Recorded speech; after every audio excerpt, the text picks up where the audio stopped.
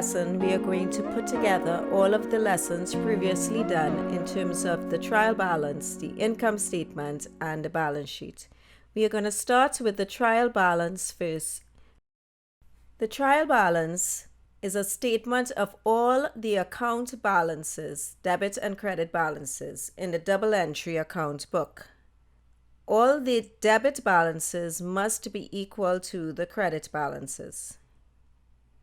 The format for the trial balance, you always start your format with name of business, and then the heading would be trial balance as at and whatever date you are doing your trial balance. For example, trial balance as at 31st of December 2019 or trial balance as at the 30th of September 2019.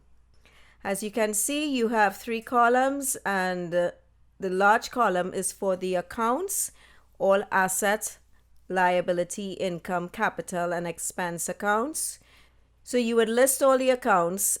It does not have to be in any order like your balance sheet, where you have to have it in order of permanence. It can be in any order. You just list all of your accounts from your books, and then you will be required to put it under the debit column or the credit column based on double entry rules. So as you can see from our example here, we have all assets accounts would be debits, liability credit, income credit, capital credit, and expense accounts like assets would be debit.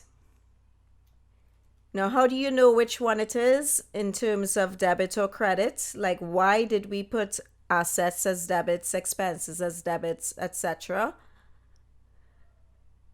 The trial balance is prepared based on double entry rules that we would have learned previously. In terms of the double entry rules, we have Alice and the rules for increasing what we do whenever an asset increases or liability increases. So for example, for assets, whenever it increases, you debit. For liabilities, credit, income credit, capital credit, expenses, debit. For decreases, you would do the opposite. So whenever an asset increases, you debit, whereas if it decreases, you credit, and so on. These are the rules of double entry. For your trial balance, you would use the rules for what you do to each category of account whenever it increases. So once again, in preparing the trial balance, it is done according to the double entry rules, which you should have learned before and know, because it is very, very important for you to know these rules, increase rules for your trial balance. We are going to go through the steps right now in terms of doing a trial balance after you have headed up by putting the name of the business and your heading trial balance as at. Strong suggestion, first step you should do, jot down somewhere wherever you have space the rules in terms of Alice and when you debit or credit in terms of increases. And then for each account, you're going to identify the category in Alice. For example, is it an asset, a liability, income, capital, or expense? And this would determine whether you put it under the debit column or the credit column in the trial balance. So assets and expenses go under the debit column, whereas the liability, income, and capital go under the credit column. So here we have a list of accounts, and you would see it has the 3 columns. The 4th column on your left is a column that I just put in for this activity. It is not part of the format. So reminder, the steps. First step we're going to do, because we are going to attempt to do a trial balance, not using actual figures, but just the X to determine or to identify which column it goes under.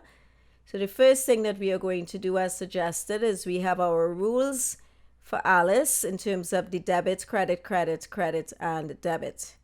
And then for each account, each of those accounts that we see there, we will identify the category and then determine whether it's a debit or a credit.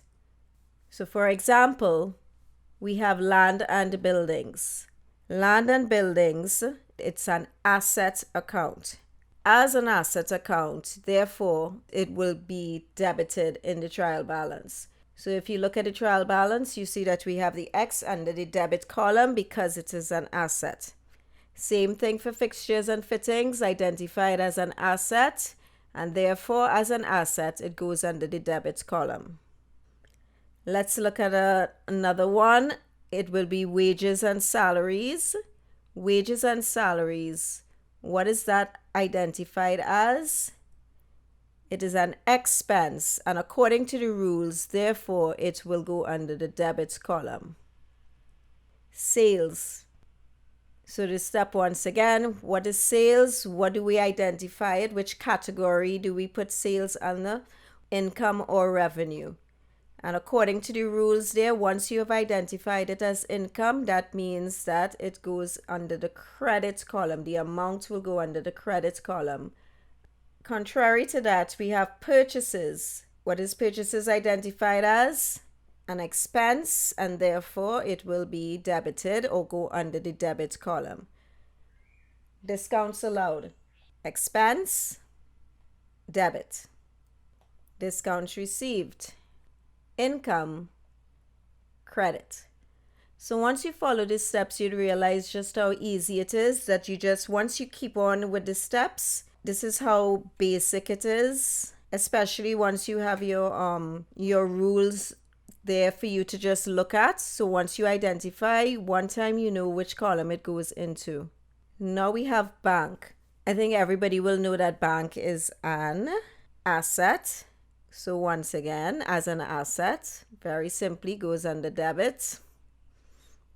Bank overdraft, liability, and therefore, according to the rules, it will be credit.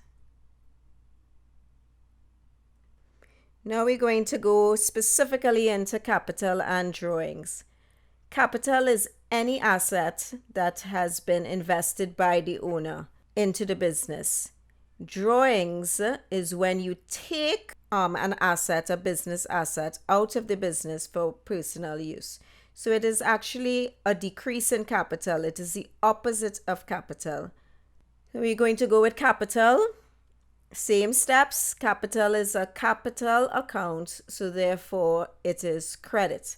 Very simple, following the rules and the steps. Once again, you get it very easily. Drawings is an exception, however. We still use the same steps, but you're going to see a difference here. Which category would drawings fall under?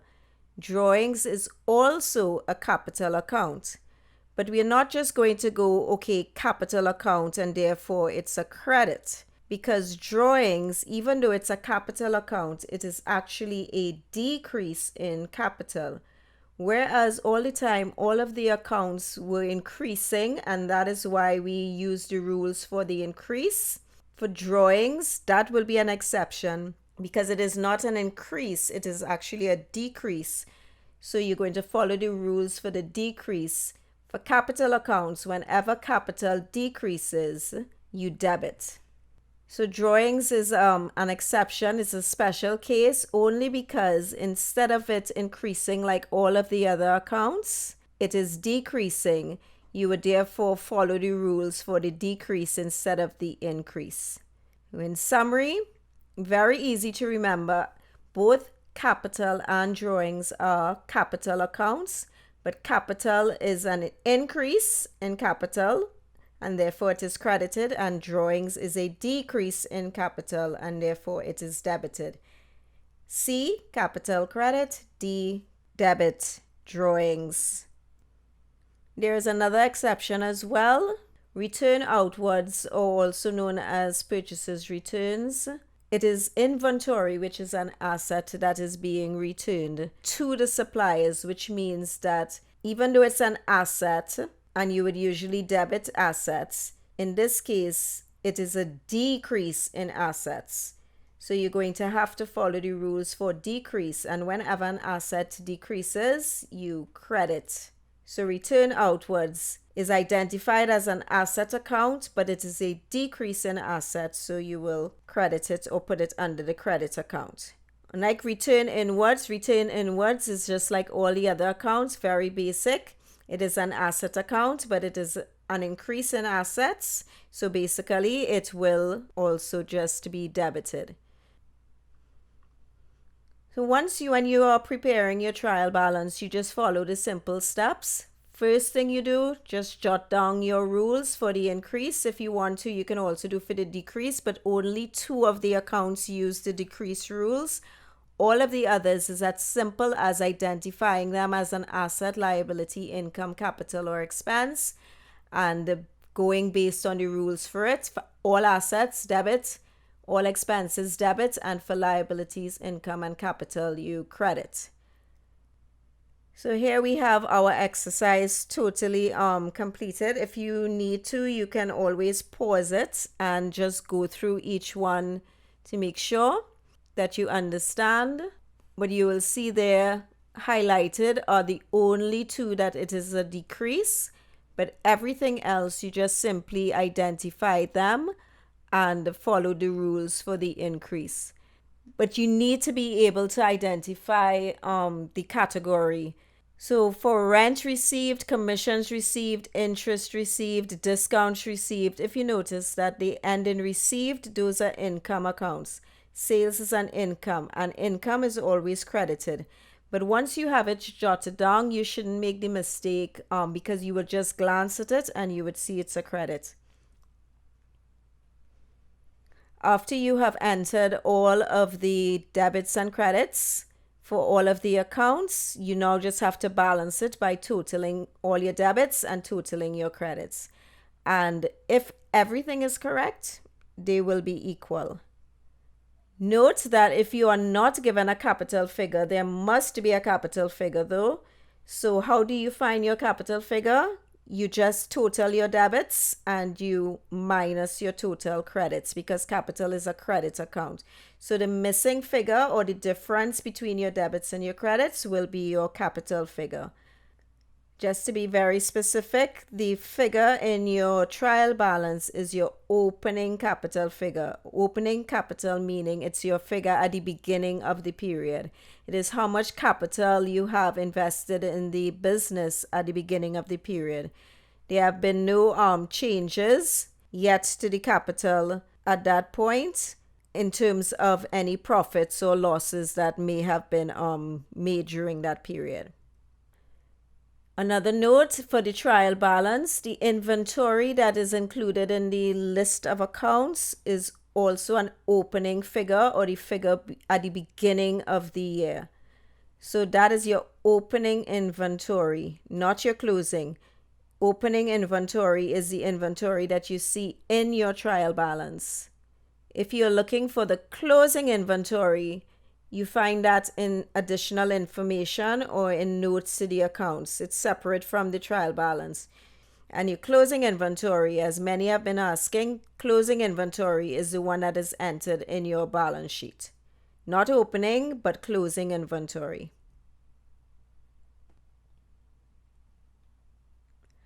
So this was an example that we have in workbook, balancing, if you'll get it. Yes.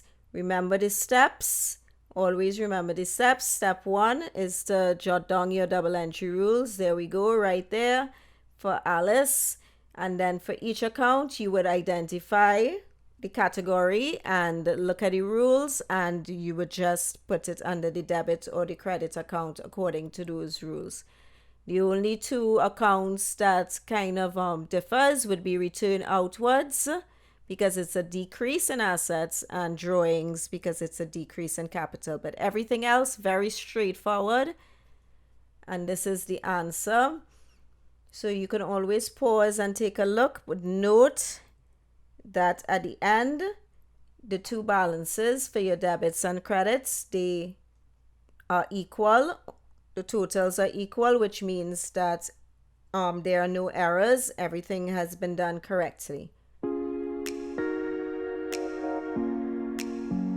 So after the session, what you can do is you can pause the video, you can take a break, you can go eat something, stretch, Or you can go and attempt some trial balance questions if it is that you want to reinforce what you have just learned. So you can do all that before you move ahead.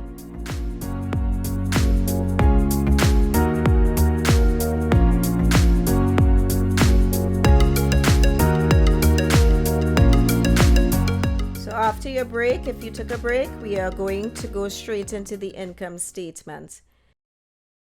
Income statement is the financial statement that calculates your profit. And as we did before, there is a format for it. The income statement used to be called the trading and profit and loss account in the past. That's because the top part of it that calculates gross profit is the trading account section. Trading meaning you're selling and you're buying. And then the bottom part was your profit and loss section.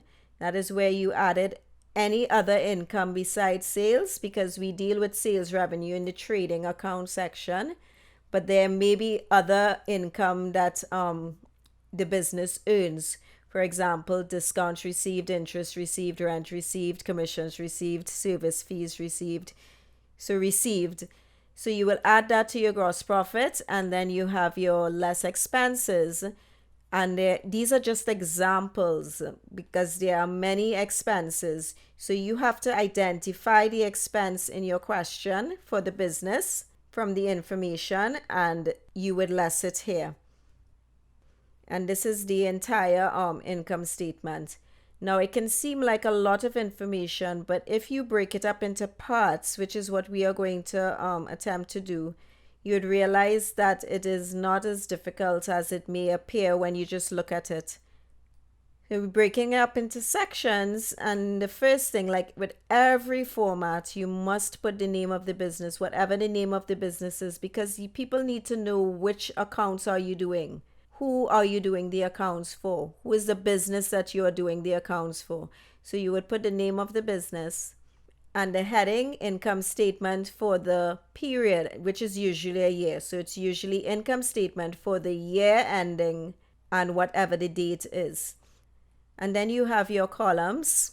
We usually have one large column and $3 columns, and you would see why we need to use it. Reason why we have things separated like that is to make the information more clear. So the first section, which is very easy, you start with your sales figure. Your sales figure, you get it from your trial balance, and you will just put it in the third column. And then you would less any return inwards, also known as sales returns. You subtract it because that is sales that would have the customer would have returned it. So you have to take it away from your sales figure. And when you subtract that from your sales figure, you get a final figure called your net sales. So you see, very, very simple. Sales, less return inwards, which you also find in your trial balance, and that is equal to net sales. This section tends to be the most challenging and the longest one. So this is the one that we like to focus on. Once you get this, everything else is easy sailing. This is where you calculate your cost of sales. Now, in a question, sometimes they give you the cost of sales figure. If they give you the cost of sales figure, you simply just subtract it from or lessen it from your net sales figure to get your gross profit. But in most cases, they do not give you the figure and we have to calculate it. So we are going to break it down a bit, or try to break it down in terms of what you do. So you have your net sales because you completed the first part of it. So you're going into less cost of sales. The reason why I have it underlined is because it is a heading. So less cost of sales, and we are now going to start our calculations for cost of sales. And to start the calculations for cost of sales, the first thing that you enter would be your opening inventory. Your opening inventory, you get it from your trial balance, as we saw earlier on when we were doing trial balance, and you put a figure in your second or your middle column. When you have your opening inventory, once again, your opening inventory is how much you have at the beginning of the period. You would not have enough to operate your business, so you will have to purchase inventory. So you're going to add whatever inventory you have purchased. But before you can do that, there may have to be some adjustments done to purchases. You may have purchased goods, but for some reason you would have returned, whether it's an incorrect order or it's damaged goods. So you have to take that away from your purchases figure, because that is not included anymore in your purchases figure once it has been returned back to the suppliers. So in this section, you start with your purchases, but because there are adjustments that have to be made in terms of returns and transportation cost, we kind of bring it to a column to decide to do that calculation before we carry it to add it to our opening inventory. So you would start with your purchases figure, which you get in your trial balance. Then you would less any returns outwards, also known as purchases returns. You see the brackets. Note the brackets. Brackets always signify when you are subtracting or lessening something. It is important because we sometimes make mistakes if we don't put the brackets. And remember, accounting is a language, so we need to communicate, use these methods of communication so they can be as clear as possible, not just for you, but especially for the users of the accounts. So you start with your purchases, you less your returns outwards, and then you add your carriage inwards. And the figure that you will get, that is called your net purchases. And as you can see, that is placed in the middle column along with your opening inventory, so that we can now add your net purchases to your opening inventory. When you do that, the figure that you get is called cost of goods available for sale. We keep that figure in the same column, the column in the middle. Reason for that is because we have not yet finished our calculations for cost of sales. To do that, from your cost of goods available for sale, the next step is to less your closing inventory. So you less your closing inventory, and that will give you your cost of sales figure. So just briefly, let's see how much we can just go back to start. So we have less cost of sales to start our calculation. First thing you do, opening inventory. Second thing, add purchases, but if you have to make any adjustments in terms of returns and carriage, you will put that to the column to your left so that we can do that calculation. You start with your purchases figure, you less your returns outwards, and you add your carriage inwards. And that gives you your net purchases, which you would put in the middle column to be added to your opening inventory figure. When you add those two figures, opening inventory and net purchases, that gives you a figure called cost of goods available for sale. From that, you less your closing inventory. Note the brackets, and that figure gives you the cost of sales, which is what we were calculating. Because this is the figure that we were working towards, that goes in your last column, the column to the right. Note once again, very, very important, there are brackets with that figure. Why? That is to signify that you are going to subtract it or lessen it. Because remember the title said less cost of sales. Put the brackets, and you're lessening it from your net sales figure. And net sales less cost of sales gives you your gross profit. Once you get this part down, you have gotten most of the income statement, and it is nice and easy sailing from there. So once you have calculated your gross profit, next step is to add revenue. And these are the other revenue besides the sales revenue. For example, once again, these are just examples. Each business will have a different one. It is for you to identify which revenue is in the question, in the business question for the business. So you have, in our example, we have rent received, commissions received, discounts received, interest received, service fees received, notice received.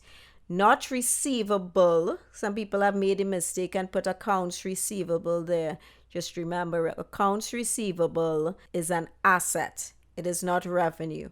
But rent received, it is revenue. It is earned. Commissions received.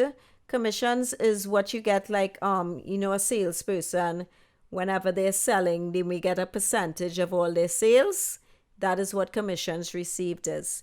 Discounts received, interest received, service fees received. So you add that all up. We use the middle column and then we put the final figure in the last column and we add it to the gross profit. So now you have a total revenue there.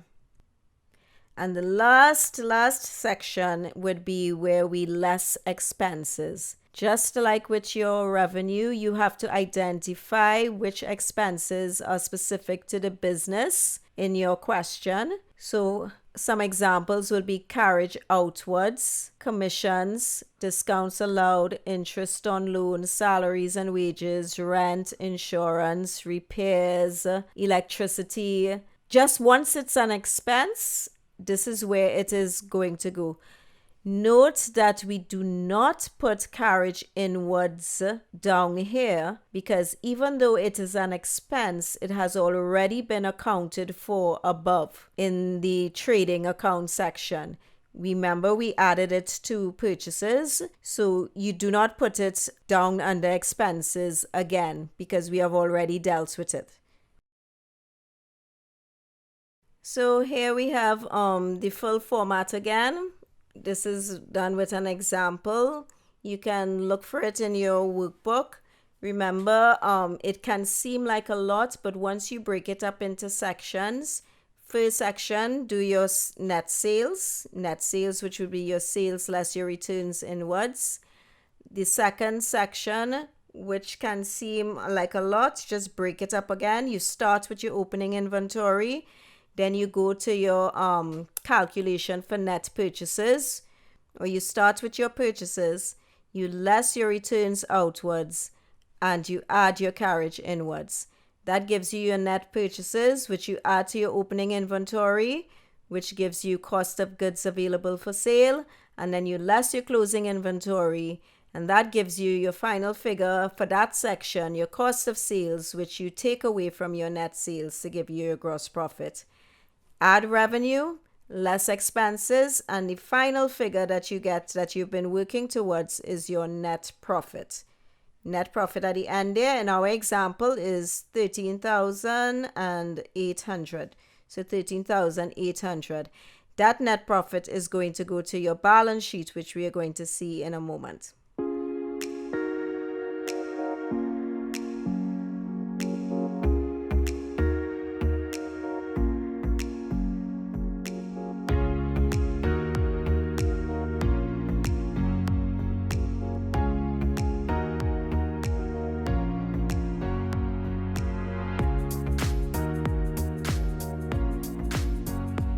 So the final financial statement after you have done your income statement and calculated your profit is to do your balance sheet. But we're going to break down the sections in the balance sheet. First section you do is your non-current assets, used to be known as your fixed assets, your current assets, your current liabilities, capital or owner equity section, and your non-current liabilities. You should be very familiar with all of those sections by now, except for the capital or owner equity section, which we added something new in terms of the profit.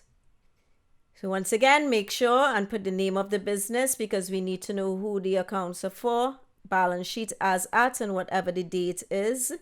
Very important. So make sure and put your headings, please. And you have your heading there, non-current assets, and you would list in order of permanence all of the non-current assets for that particular business, like land and building, premises, plant and machinery, fixtures and fittings, computers, office equipment, furniture, motor vehicles, whatever in the question is identified as a non-current asset, you would list it here, but in order of permanence. Then we have our current assets. In our class, we came up with I ate baked chicken, that particular order. So far we have 4 current assets. I ate baked chicken as an inventory, accounts receivable, bank, and cash. The inventory that is used in your balance sheet is your closing inventory. So once again, it is not the opening inventory, it is the closing inventory, which can be found in the notes to the accounts. After you have totaled your current assets, you would less current liabilities, because the next step is to work out your working capital, and you have whatever current liabilities meaning short-term liabilities, liabilities that become due within a year. So you have your accounts payable or your creditors. You have bank loans that are due within the year. You can have a bank overdraft. If you don't have a bank, cash in the bank, you would have a bank overdraft. That is a current liability. So you would place all that. We use the column to the left so that the information is organized clearly. Once you have totaled that, you will go over and it will go over to the middle column underneath your current assets so that you can less it to find your working capital. So reminder, working capital is total current assets less total current liabilities. You have those 2 figures in your middle column. Note again that your current liabilities has the brackets to signify that you are going to subtract it from your current assets. And once you subtract that, your working capital figure goes in the last column to be added to your total fixed assets that you had worked out above. And when you add that together, you get your first total. In our example, our total or our net assets is $208,600. It is good to note here that if you have a negative working capital figure, so let's just go back a little. In our example here, your current assets was greater than your current liabilities, so you had a positive working capital figure. But in some cases, you may have the current liabilities actually being greater than the current assets, which would mean that you would have a negative working capital figure. So if you have a negative working capital figure, you are going to put that in the last column, but make sure and have the brackets, and it will be subtracted from your total fixed assets instead of added. Now we go on to the next section, which would be your capital section. You start with your opening capital. You add your net profit that you would have calculated in your income statement. In this case, for our example, we have $3,450 net profit. So you add that to your opening capital, and then you less any drawings that you have. So start with your opening capital, which you find in the trial balance. Add a net profit from the income statement, or less net loss from the income statement, because when you do your income statement, you will either get a net profit, hopefully, or unfortunately, you can get a net loss if your expenses are more than your actual revenue. So whatever you get in your income statement, if it's a net profit, you add it. If it's a net loss, you lessen it and you less drawings, and you get that figure from your trial balance. So we're going to emphasize a little bit more with examples. So we have opening capital, add net profit, less drawings. So in our example, you see simply opening capital, which you got from your trial balance, $35,500, add net profit, $5,070, less drawings. So you end up with a closing capital of $40,070. If, however, you got a net loss in your income statement, you would less it from your opening capital. So our example here, you see that we had a net loss of $1,250. Notice the brackets, very important. So you take it away or you subtract it from your opening capital and you less drawings and you end up with a closing capital of 44,150. So in summary, this is the only new thing that we have here, where instead of just having one capital figure, you just start with your capital, add your net profit or less your net loss, less your drawings. Very easy. You get a closing capital figure and move straight on to the next section, which is your non-current liabilities. You just simply list whatever your non-current liabilities are, and you add that figure to your closing capital. And that figure gives you your second total. When you have done this, and the two totals are equal, that means your balance sheet has balanced. And you need to be very happy because everything has been done correctly. If by chance it does not balance, first thing I would suggest you do, go and make sure that you used closing inventory instead of opening inventory. If you have used your closing inventory and it's still not, you can just check over your calculations to see if you might have miscalculated something. If everything in the balance sheet is correct, you can go to your income statement and just check to see calculations, and then if you may have missed out anything like a revenue or an expense, or you put something that should not have been there. But always just look for it. You should find the error at some point. If you really have checked and you really can't find the error, of course, come and see the teacher, which is me. And this is the format that you have, an example of the format that you have for your balance sheet. And there we have the two formats for income statement and balance sheet. Once you know this, you know your financial statements, which is a very, very, very important part of the accounting. So make sure and practice this over and over. If you have to do the same question over and over again, you can do that.